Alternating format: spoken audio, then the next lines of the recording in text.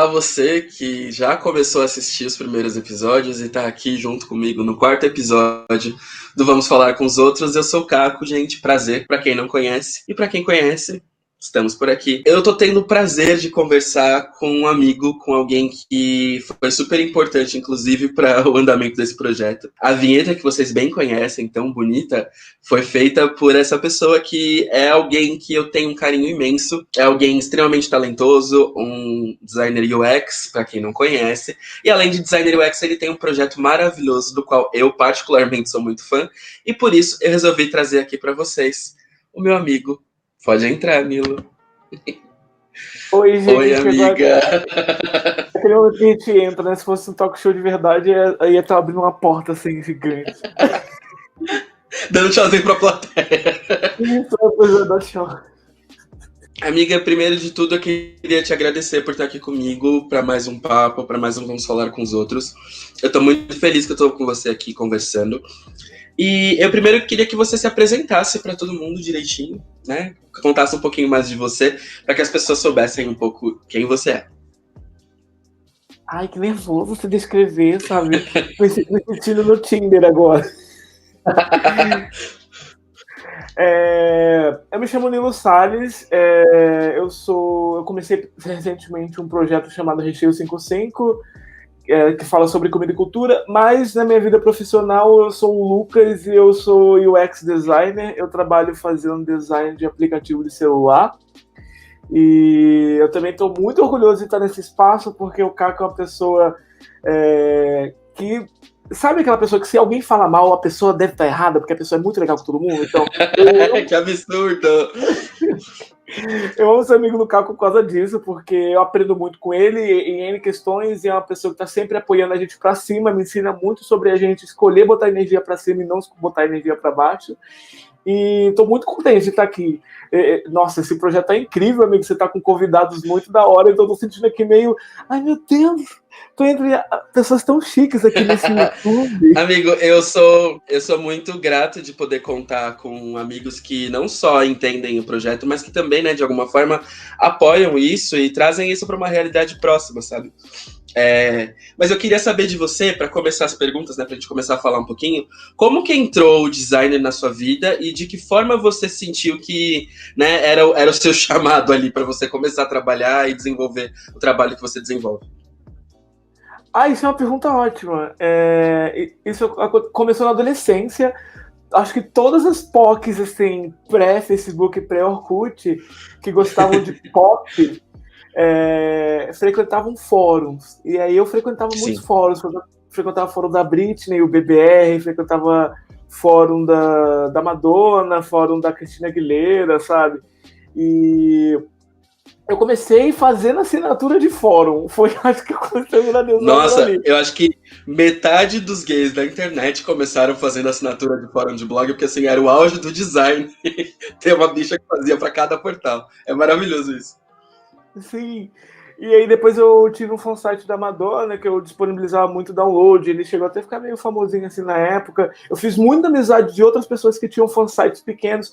Eu tenho um amigo que ele é UX designer hoje também, que ele tinha um fansite da Marjorie este ano, sabe? Então, tipo, eu acho que minha vida como designer começou ali na adolescência fazendo fansite, sabe? Então, é por isso que hoje, por exemplo, eu encorajo jovens que façam TikTok mesmo. Quem sabe esse TikToker é o produtor audiovisual do amanhã, sabe?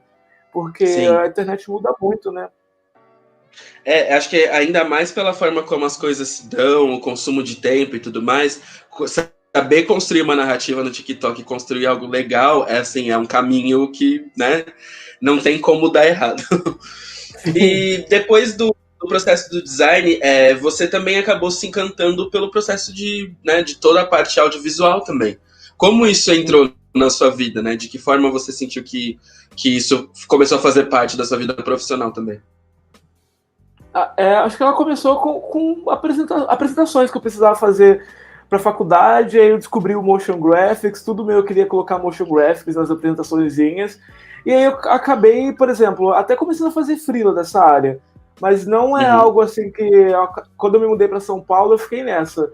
Eu consegui empregos meio motion, empregos meio UX, até que eu acabei indo para um lado.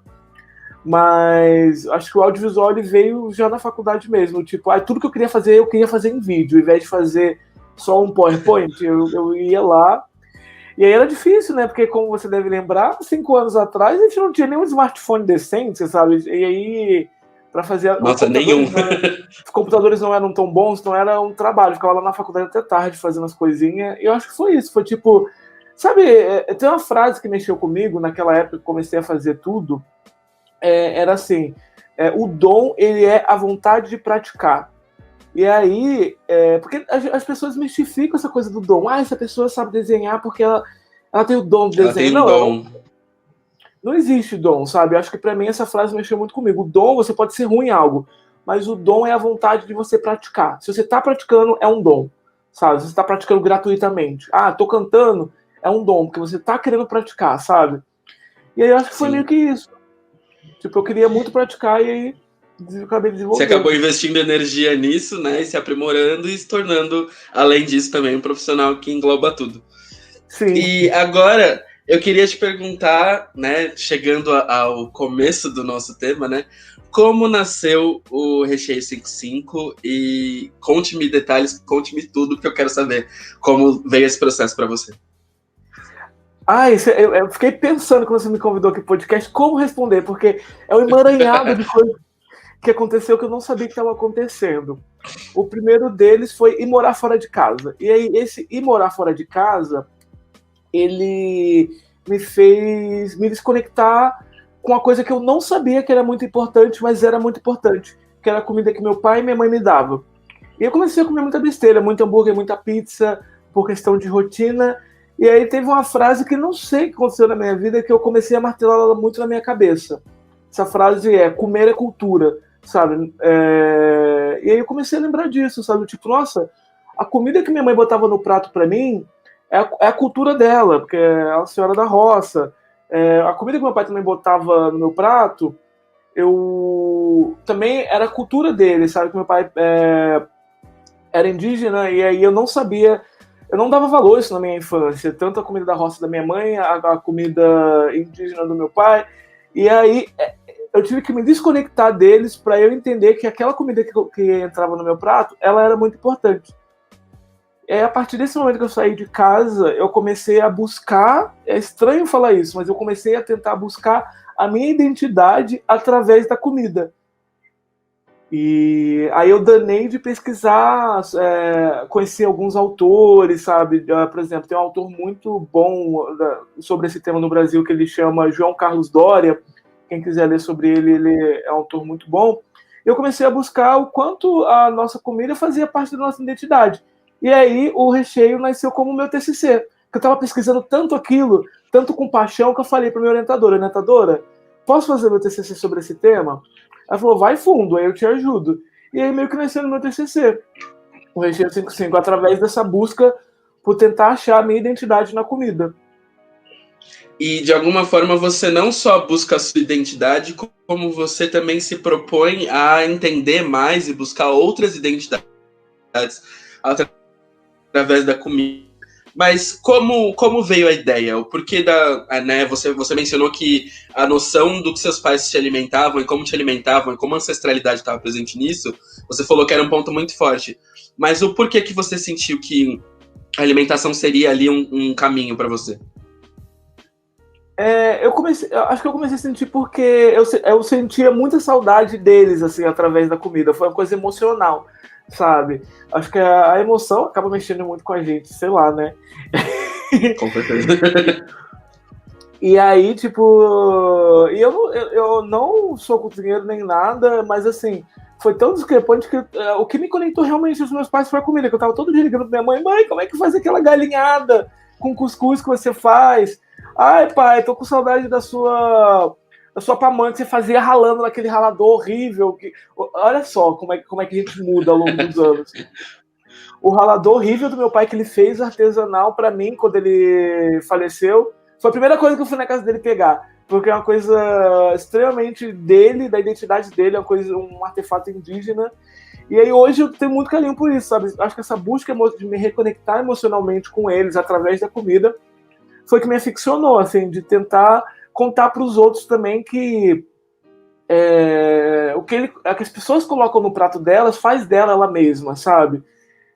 Então hoje eu comecei a entender isso, que o que eu coloco no meu prato faz de mim eu mesmo, sabe? Então acho que foi isso. É parte da história, né, no fim das contas. Sim. E aí o recheio, inclusive, quando ele era no meu TCC, minha orientadora pediu para eu escolher um recorte. O meu recorte era o dos imigrantes. E aí imigrantes, é tanto que os primeiros episódios do recheio são só com imigrantes.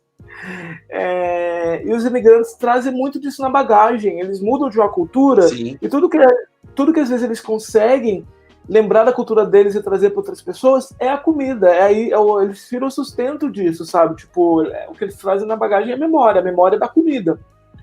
Então, acho que foi uma coisa assim, um emaranhado. Uma coisa que foi ligando a outra, que no fim das contas te trouxe para um ponto que eu quero, inclusive, falar com você agora também, que é sobre o processo criativo e autoestima. A gente sabe que não é fácil começar um projeto, e eu queria que você começasse contando um pouco sobre como foi começar o recheio, para entender, né, os percalços que você passou até conseguir lançar o primeiro episódio que a gente viu recentemente, inclusive. Conta para mim.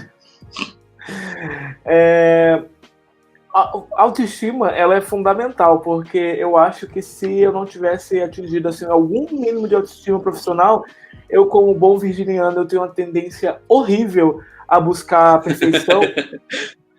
Não busque a perfeição. A minha dica é: coloca pra rua e ouve o que os outros vão te falar quando você coloca pra rua. E eu não, eu fiquei procurando essa perfeição, fiquei procurando essa autoestima que eu não tinha, acabei em algum momento conseguindo e botei pra rua.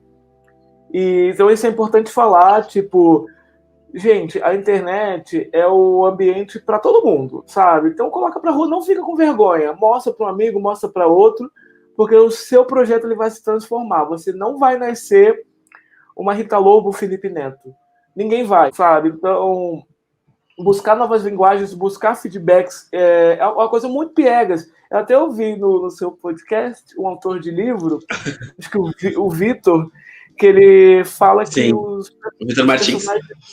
Isso, o Vitor Martins. Os personagens dele ganham vida.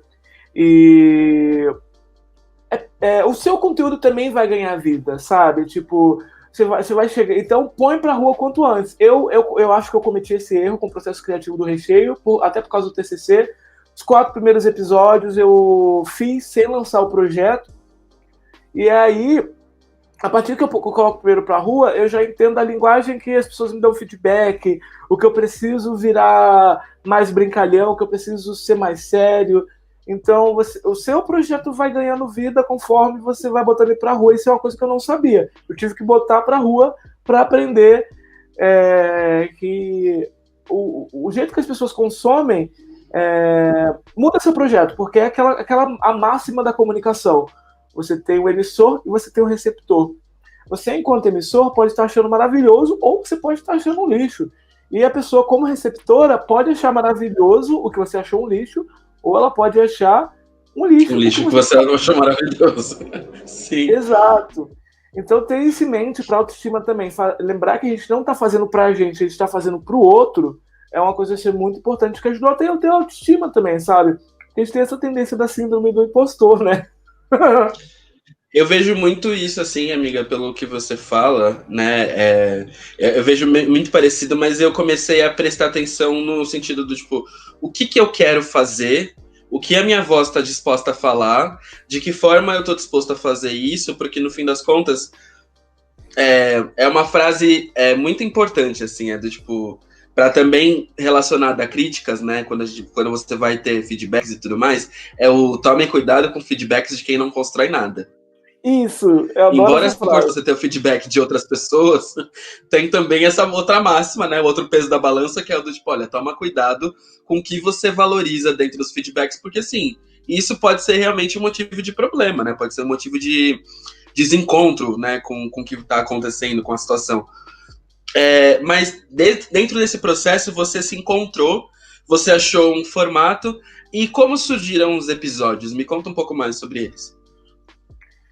Os primeiros, que foram o recorte dos imigrantes, eles surgiram de uma pesquisa que eu comecei a fazer sobre os movimentos imigratórios em São Paulo.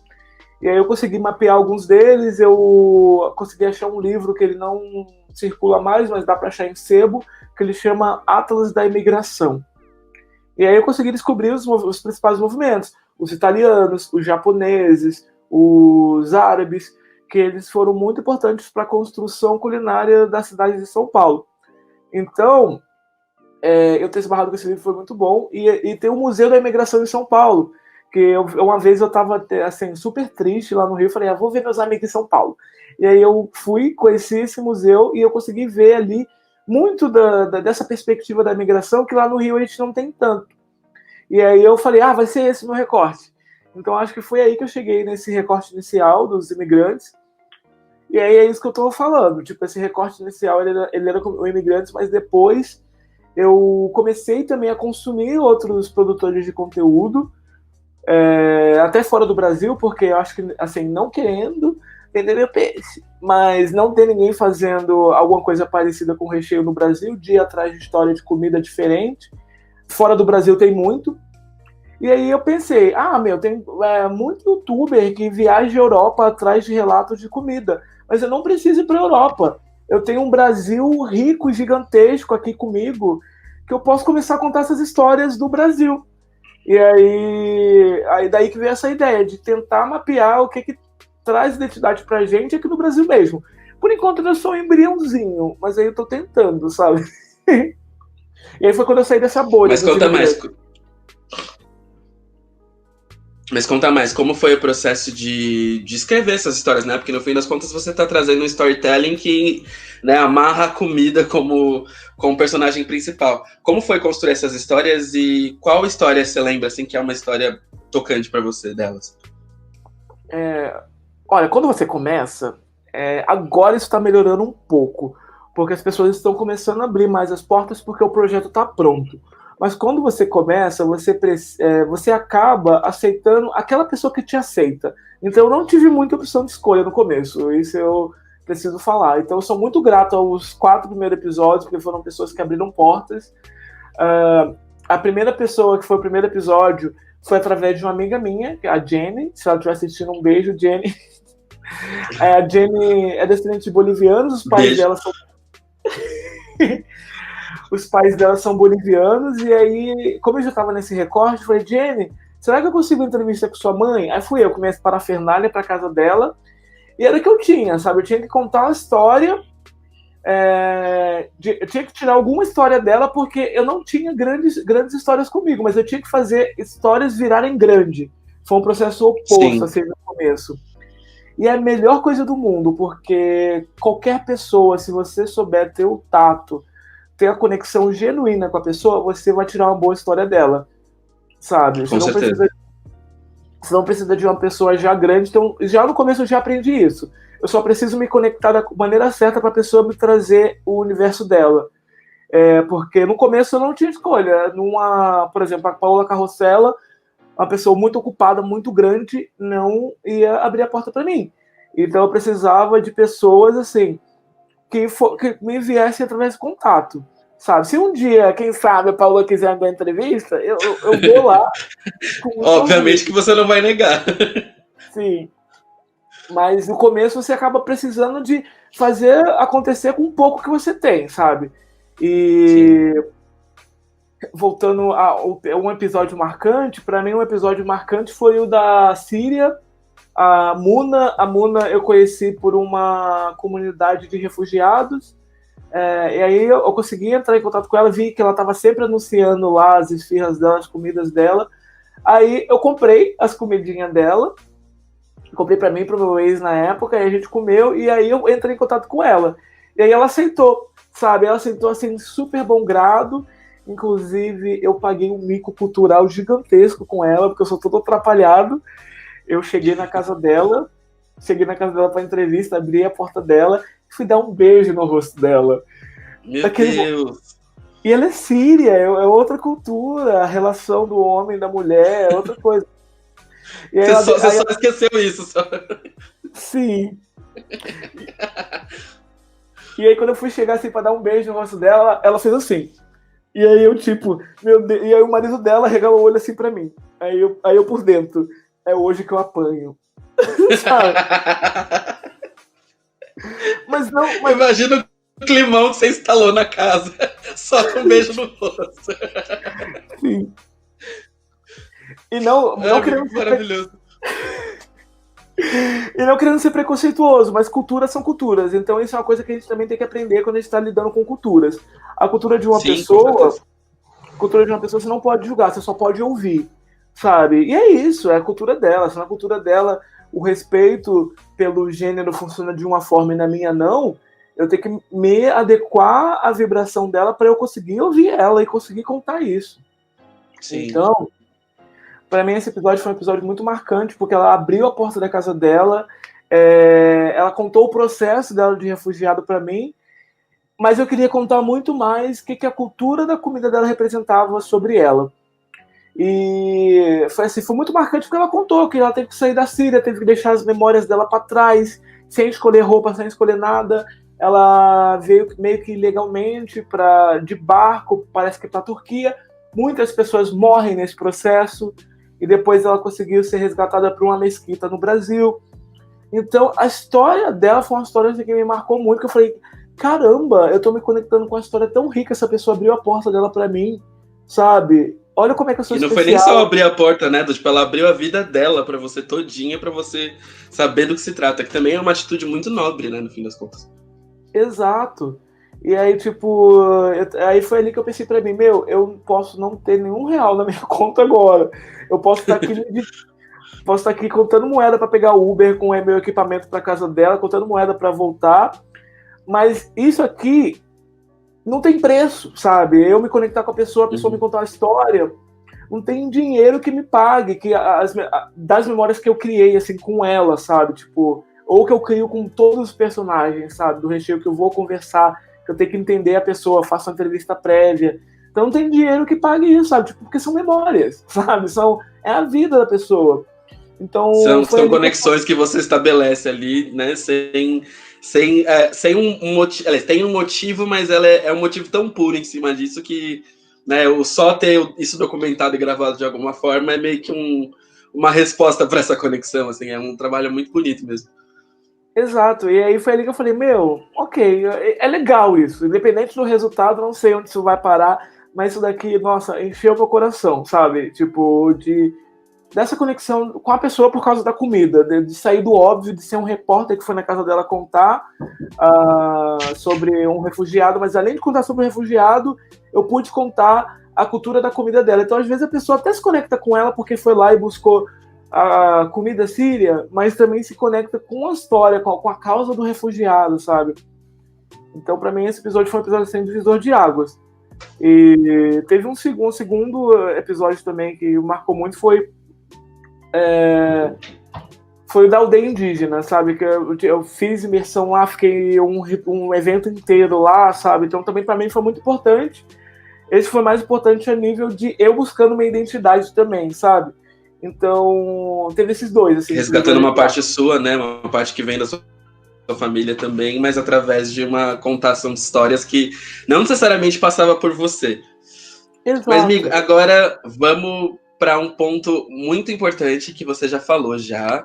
Você deu um semi-spoiler sobre isso e eu quero ouvir um pouco mais de você sobre referência e inspiração. Você citou alguns produtores de conteúdo brasileiros e falou que citou também, meio que brevemente, alguns produtores de conteúdo gringos. E eu queria que você falasse um pouco sobre qual foi a ideia que você tirou, né, de tudo isso primeiro, da onde veio a ideia, e de qual foi a referência que você foi juntando para trazer e dar a cara que o recheio tem hoje. Conta para mim. Então, no começo eu não sabia o que eu queria. Eu ia pra casa da pessoa, eu tinha uma ideia de quem ela era, um script, e eu perguntava muita coisa. E aí, mas eu ainda não sabia o que eu queria. Mas aí, em algum momento, depois que eu comecei já a filmagem, eu descobri um canal chamado Great Big Story. E aí esse canal, inclusive ele fechou agora esses meses na pandemia. Eu fiquei muito triste, porque ele foi uma referência muito grande para mim. É um canal que fazia documentários de 3 minutos, de 3 a 5, assim, super curtos, sobre uma grande história ao redor do mundo. Como eles têm orçamento, eles foram viajando o mundo fazendo isso. E acho que isso é uma referência muito grande para mim hoje, o Great Big Story. E aí, tipo, eles têm uma editoria só de comida. E aí eu fui lá, eu ficava horas e horas assistindo a editoria de comida deles, sabe? Teve até um episódio deles que me marcou, da pizza cubana que voa, que são duas moças que moram no último andar de um prédio lá em Cuba, e elas têm uma pizzaria no topo, e elas entregam a pizza com a corda, a pizza desce na corda, sabe? E aí a pessoa lá embaixo pega a pizza, um prédio inteiro descendo a pizza na corda. Eu falei, meu, é isso, o recheio é isso, é contar histórias curiosas de comida. Absurdas de pizzas na corda. Isso. E contar histórias de comida, histórias que não estão chegando às pessoas, porque as pessoas, você ia lá no YouTube brasileiro, a pessoa estava preocupada em ir num restaurante de alta gastronomia. Comida de rua até tinha bastante, mas essa coisa assim, de querer contar a história da pessoa através da comida, era uma coisa que foi ali, quando eu vi aquilo, eu falei, é isso que eu quero. E uma outra referência que veio para mim esse ano, eu já tinha começado o canal, eu descobri ele, é o My Name is Zendong. Ele é um canal alemão, mas o conteúdo é todo em inglês. O My Name is Zendong, ele tem aquela coisa que você sempre me fala, que eu pareço o Tibi Peroni da comida. Sim. Por favor, quem concorda comigo sobre Nilo parecer o Tibi Peroni da comida, deixa aqui embaixo, porque assim, não tem como, gente. É igualzinho. Inclusive o mesmo carisma de falar com as pessoas, vocês vão ver no canal dele. É exatamente igual. Mas continua. E aí o My Name is Zendong, ele explica muitas comidas do mundo. Assim, são episódios mais longos, não são só receita. Então só o fato de não ser só receita, eu comecei a consumir ele como referência, porque ele tem todo um trabalho de storytelling, de trazer motion graphics para explicar a origem da comida, para explicar como é que é feita a receita. E ele erra a receita, ele refaz a receita. Então isso é legal também, para a gente sair desse mundo de conto de fadas, sabe? Sim, de que tudo dá certo, né? Que tudo tem um final feliz e tudo tem uma coisa muito bem feita, né? Isso, tipo, as comidas não dão certo quando você faz elas em casa, e isso é importante falar também, sabe? Porque já cansei de fazer receita de livro de receita que não dá certo em casa. Até programas como o Nailed, também da Netflix, que mostra justamente o processo de criação de algumas coisas, que você percebe que, cara, dá pra dar muito errado na cozinha se você não assim, se você descuidar 5 minutos, dá muito errado. Então é importante mostrar esse lado também da falha, né? Sim. E a minha terceira referência já é brasileira, mas não é de comida. Como todos os brasileiros, eu estou num relacionamento aberto com o Átila. Ele não sabe. E aí, o canal dele eu descobri pós-pandemia também, chama Átila Yamarino.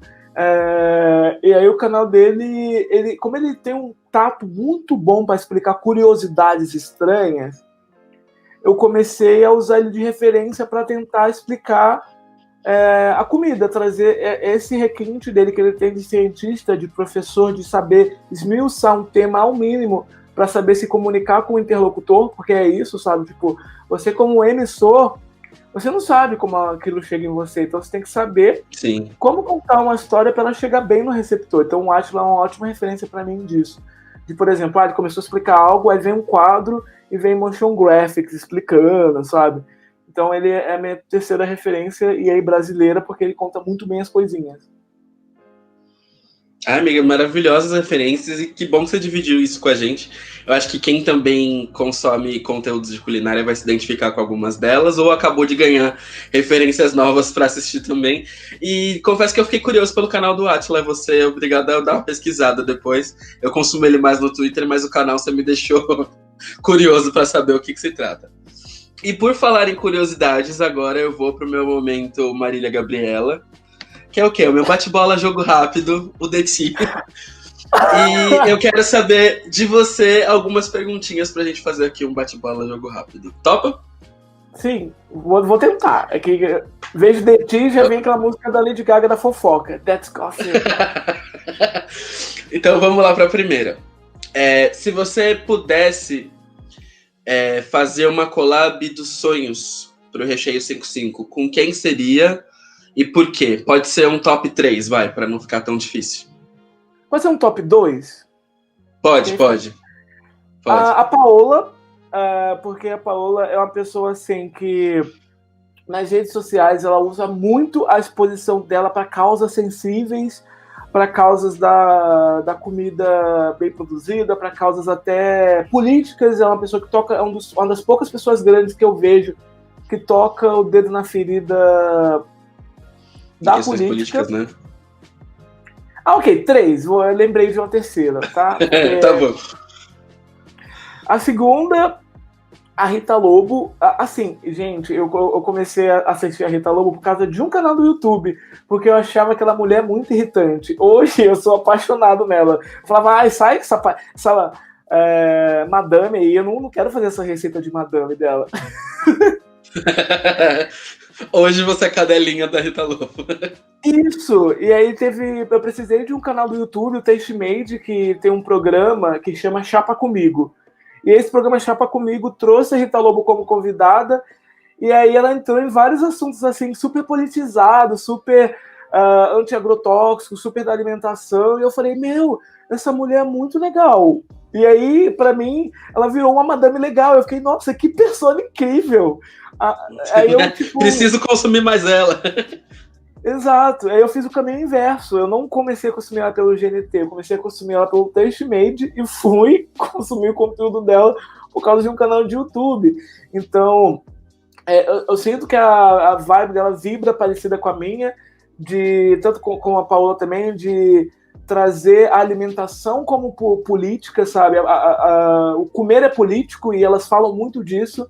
Se alimentar é político e isso é muito importante. E aí elas, por causa disso, por causa da sensibilidade, e a terceira pessoa é a Ana Maria Braga, porque a Ana Maria Braga não tem ser humano mais natural na televisão do que ela, sabe? Eu cresci assistindo ela, cresci assistindo o Cursed de Louro José, porque o Louro José no Norte e a Norte era muito feio. Nossa, pelo amor de Deus, realmente, foi uma evolução ali.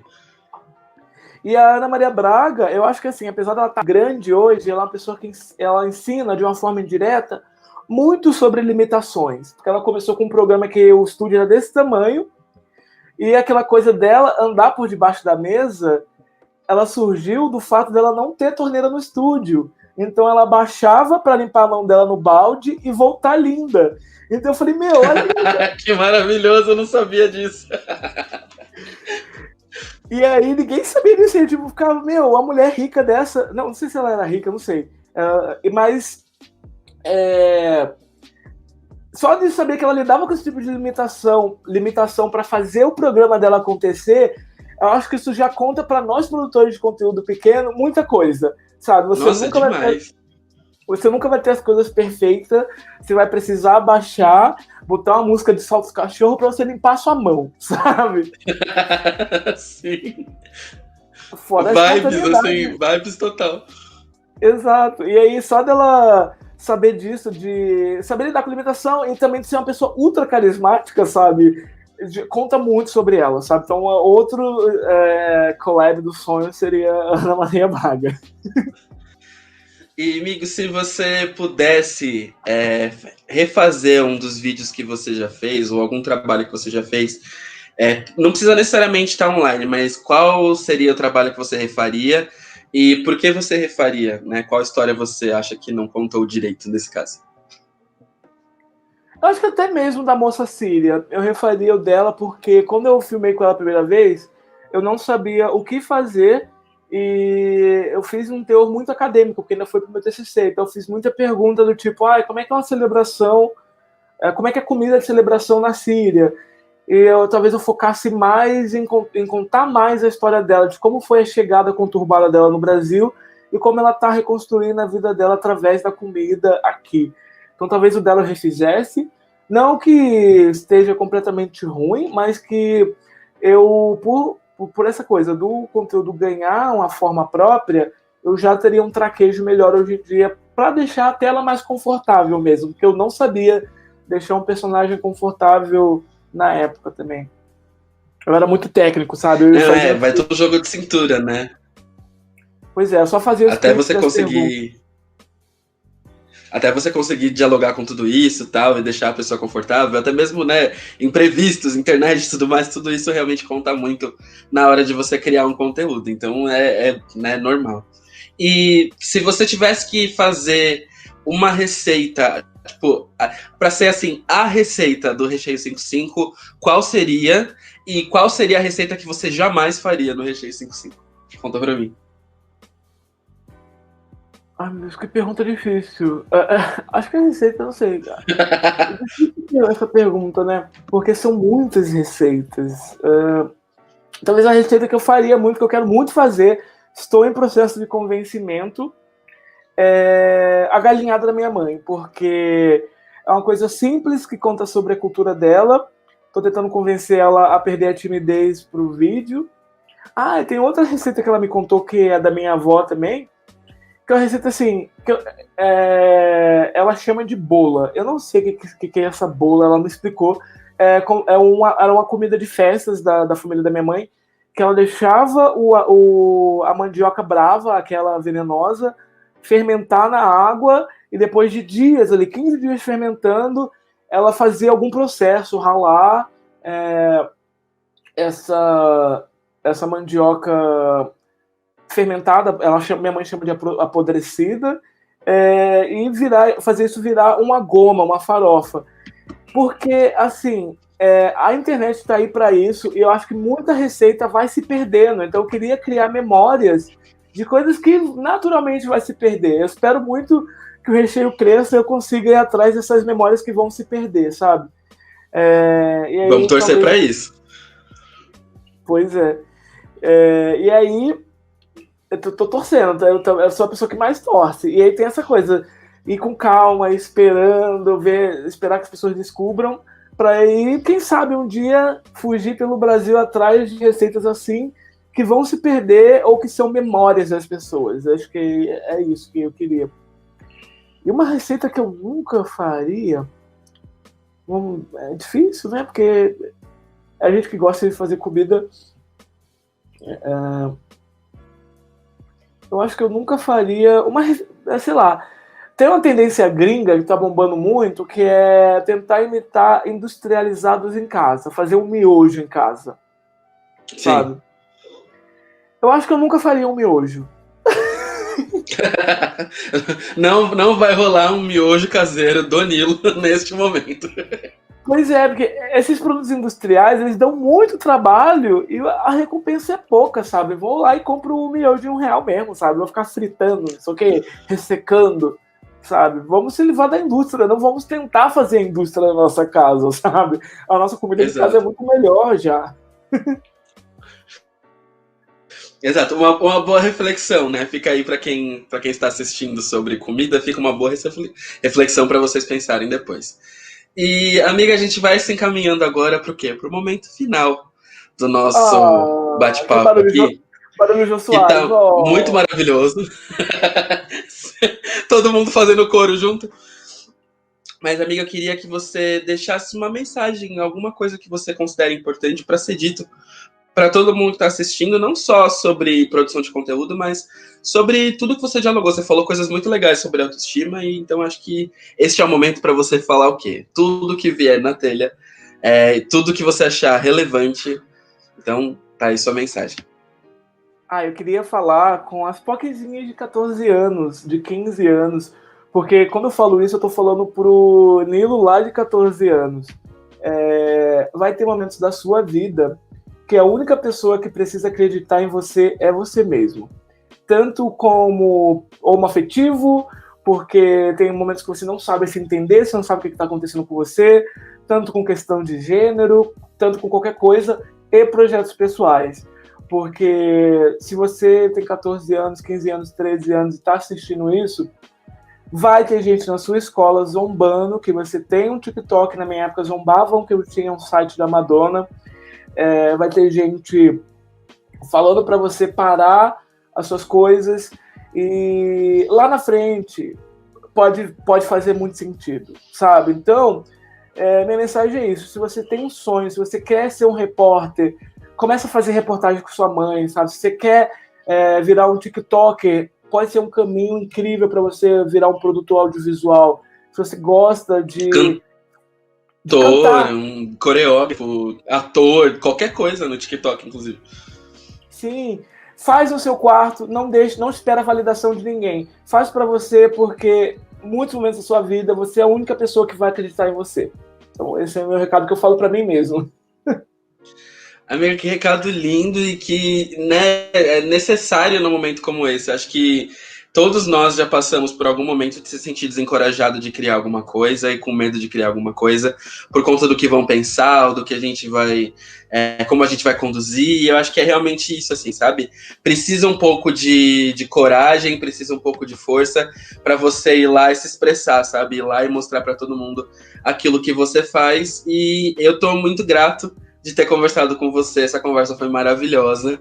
É muito bom poder entender um pouco mais sobre o Recheio de uma forma, né, que eu já conhecia bastante coisa, mas assim, conhecendo um pouquinho mais. E obrigado, amiga, por ter topado estar aqui comigo. Eu também estou muito feliz, amiga. Você tem perguntas ótimas. Foi uma condução maravilhosa. Eu estava super preparado para outra coisa e agora tô aqui, meu Deus, aconteceu. O Caco é muito bom. Eu espero muito que você tenha o show. Porque quem sabe, né? A Multishow não me chama aí no futuro? Jogando assim pro universo.